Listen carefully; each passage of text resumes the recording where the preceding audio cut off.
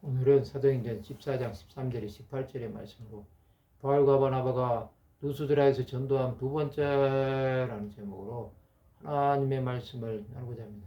본 말씀은 시에 제우스 신당의 제사장이 소와 화환들을 가지고 대문 앞에 와서 무리와 함께 제사하고자 하니 두 사도 바나바와 바울이 듣고 옷을 찢고 무리 가운데 뛰어들어가서 소리질러 이르되 여러분이여 어찌하여 이러한 일을 하느냐. 우리도 여러분과 같은 성령을 가진 사람이라. 여러분에게 복음을 전하는 것은 이런 헛된 일을 버리고 천지와 바다와 그 가운데 만물을 지시고 살아계신 하나님께로 돌아오게 함이라. 하나님이 지나간 세대에는 모든 민족으로 자기들의 길 들어가게 방임하셨으나 그러나 자기를 증언하지 아니하신 것이 아니니 곧 여러분에게 하늘로부터 비를 내리시며 결실기를 주시는 선한 일을 하사 음식과 기쁨으로 여러분의 마음에 만족하게 하셨느니라고 이렇게 말하여 겨우 무리를 말려 자기들에게 제사를 못하게 하니라. 이제 시외 제우스 신당의 제사장이 소와 화환들을 가지고 와서 그곳에서 제사하고자 했습니다. 이들은 우상 숭배를 하고자 한 것입니다.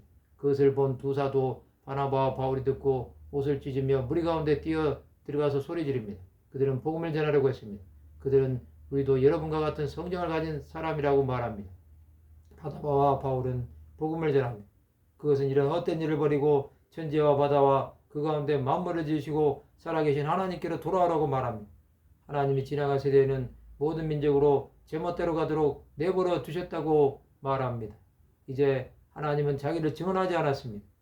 하나님은 믿지 않는 자들에게도 일반 은총을 베풀어 주셨습니다. 하나님은 하늘로부터 비를 내리시고 결실기를 주시는 선한 일을 하사 음식과 기쁨으로 여러분의 마음을 만족하게 하셨다고 그들을 위로합니다.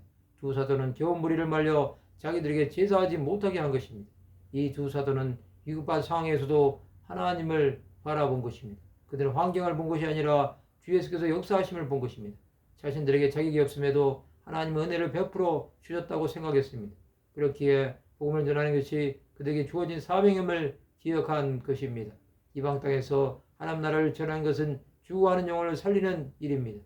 그 일을 두 사도는 망설이지 않냐고 끝까지 감당했던 것입니다. 그러면 우리는 어떻게 살아야 할까요? 우상을 숭배하는 자라고 할지라도 하나님의 존재를 의식할 수 있습니다. 그것은 그들에게 종교심이 있기 때문입니다. 그것을 믿고 끝까지 복음을 전하는 것을 멈추지 말아야 합니다. 우리의 사명은 끝까지 복음을 위해 사는 것입니다. 하나님 우리에게 주 예수를 위해 목숨까지도 버릴 수 있기를 원하십니다.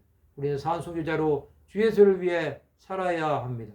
우리에게 주어진 시간이 생명을 구할 수만 있다면 헌신해야 합니다. 그것을 위해 우리가 살아간다면 하나님의 보호하심을 받을 것입니다. 우리의 생명은 예수로부터 나왔습니다. 이것을 잊지 말고 살아가시기를 바랍니다. 말씀을 마치고자 합니다. 하나님 나라가 이 말씀을 이방 땅에도 전파하는 하나님의 백성들이 되시기를 주님의 이름으로 축원합니다.